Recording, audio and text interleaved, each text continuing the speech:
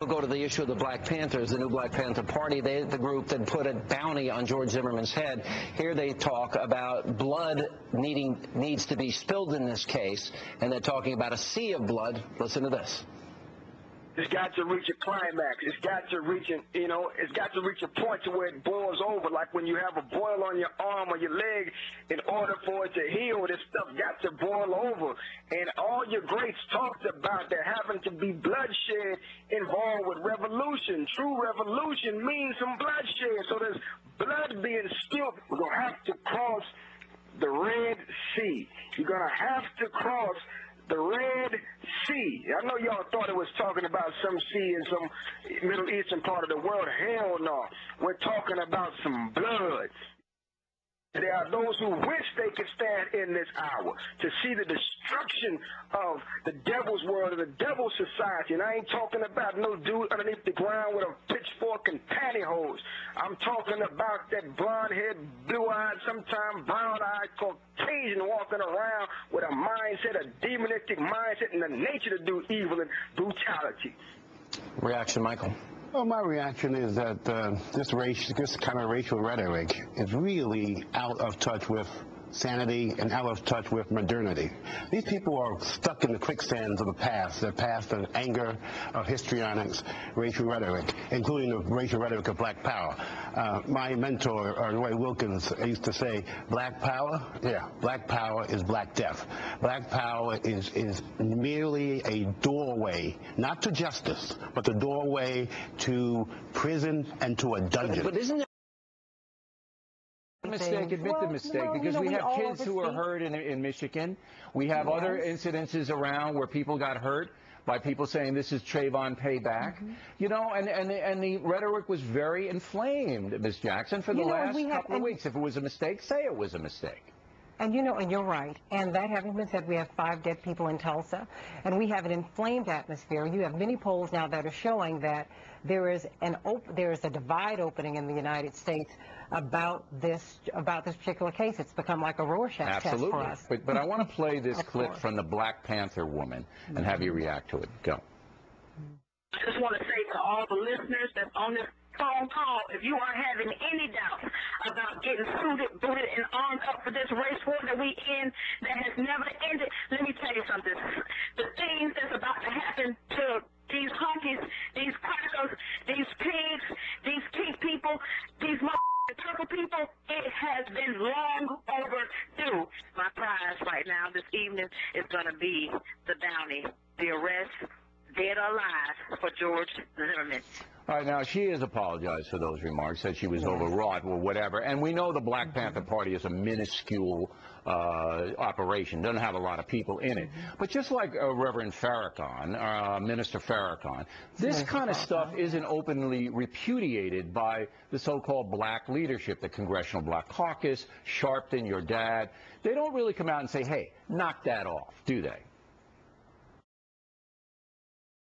This is somebody who used the phrase, my people, which was code word. And if you ask, who are Eric Holder's people? Well, it's the kind of people that he stood with today. Race hustlers like Al Sharpton, who have hosted other race hustlers like the new Black Panthers Party, which, as you mentioned, got special dispensation from this Justice Department. Now, based on that comment about being a nation of cowards, let's put this together with, all right, he's looking into civil rights or potential civil rights violations of George Zimmerman, but he hasn't said anything about the new Black Panther Party. And let's play that tape. And this is just one of many. This is the most recent comments by the new Black Panther Party.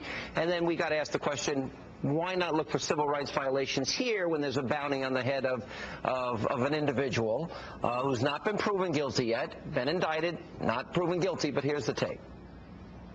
It's got to reach a climax. It's got to reach it's got to reach a point to where it boils over, like when you have a boil on your arm or your leg. In order for it to heal, this stuff got to boil over. And all your greats talked about there having to be bloodshed involved with revolution. True revolution means some bloodshed. So there's blood being spilled. We're going to have to cross the Red Sea. You're going to have to cross the Red Sea. I know y'all thought it was talking about some sea in some Middle Eastern part of the world. Hell no. We're talking about some blood. All right, so he's talking. Would you connect the two remarks? I mean, very different times, but does it reveal a mindset to you at all? And it's just a question. Yeah. I think it's worth asking that question. You want to talk about racial cowardice? These questions need to be asked, and it is considered brave now to ask these questions because just by asking it, you'll be met with an onslaught of accusations of being a racist or a white supremacist. Look, let me step back for a second because I want to make it very clear that what happened in Florida was a tragedy. Anybody who is a parent feels for the parents of Trayvon Martin. I agree with you. Of course they do, and it has to be said. On the other hand, the overreaction, the demagoguery, the irresponsible incitements to violence, and the silence on the part of this White House to condemn all of this outpouring of vigilantism that's happening. And the rush to judgment.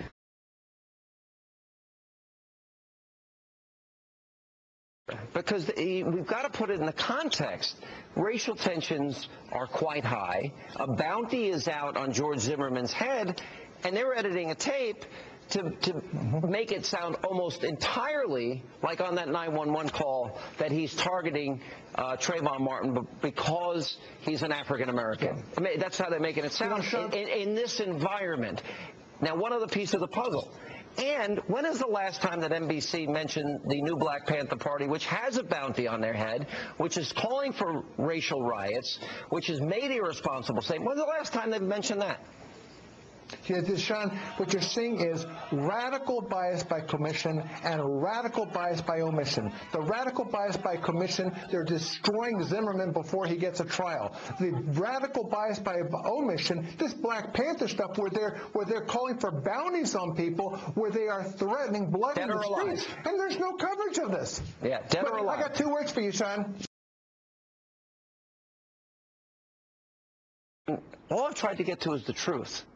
These are congressmen and women making declarative statements without zero evidence to back this up. Yeah, but that's not the point. In the most volatile situation that's going on. Right. The point for them is not the search for truth. The point for them is to hijack this situation for political gain. It may be that Mr. Zimmerman's account of that night is 100% correct, and the facts will bear that out. Or it could be that he is guilty of everything his detractors accuse him of. The point is that nobody knows. For members of Congress and others in the media, like you're going to cover in a little bit, to go out there and hijack this case for their agenda purposes. And I think Eric is 100% correct. The left only operates on division. They can only succeed based on emotional arguments that generally have no basis in fact, and they need the divisions in order to push through their agenda.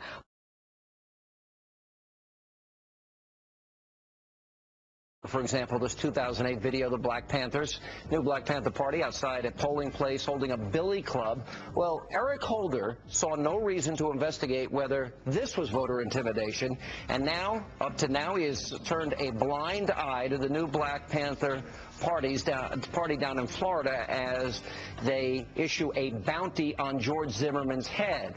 When we come back, we're going to take another closer look at a member of Obama's inner circle as we vet the administration, the president, and we vet the media tonight and their irresponsible malpractice in this case. Straight ahead on Hannity.